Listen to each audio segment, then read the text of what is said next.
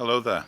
In my last video I talked about motivation, and I talked about how useless fear was as a motivator, and I said that there was another kind of motivation that you will have experienced and you can use to help motivate the people around you in your workplace or at home.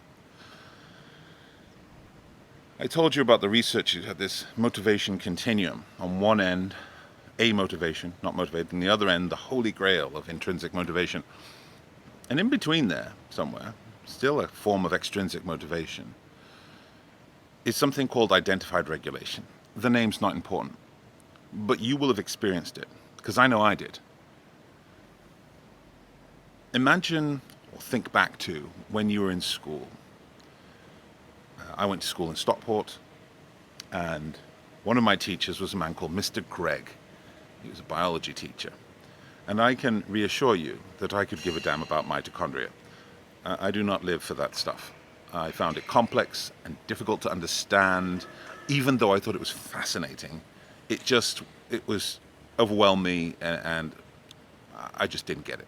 Mr. Gregg, seeping out of every pore of his, was a love of all things biology.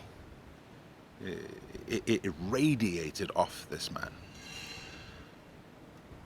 But that didn't make me want to do well in biology. That didn't motivate me to work extra so that I could be good enough in that class. No, that's not what it was. Mr. Gregg noticed me. And it's not hard. I think, when I was 11 and 12, I was probably 6'2", so I'm hard to miss. But what I mean was, he saw me.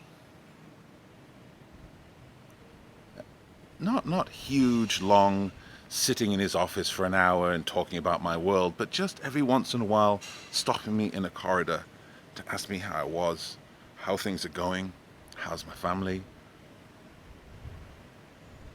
asking me about interesting things in biology that he thought were fascinating and he thought maybe I might be interested in reading, talking to me about how important the exams were and how these outcomes could influence my life.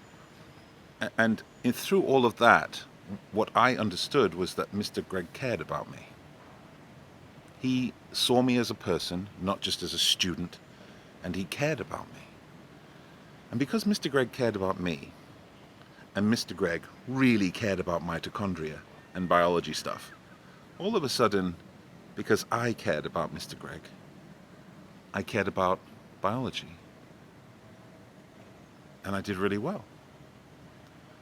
In almost every workplace out there, there are people doing unutterably mundane stuff. The kind of work that you, as a leader, perhaps may have graduated beyond. But even for most leaders, we end up doing a lot of work that's not really the most exciting thing. But we have that helicopter view, we can see the value of it. And sometimes people can't find a way to be connected to that big holy grail of an ultimate goal. But what they can do is be connected to their direct manager, and their direct manager can be committed to that outcome, and therefore that person can be motivated to that outcome. This identified regulation is really, really powerful. Really powerful. It takes a better class of leader. It takes a manager who's more than just a resource manager, more than just a performance manager, but someone who's willing to make an authentic connection, not a friendship, an authentic connection to the people who report to them.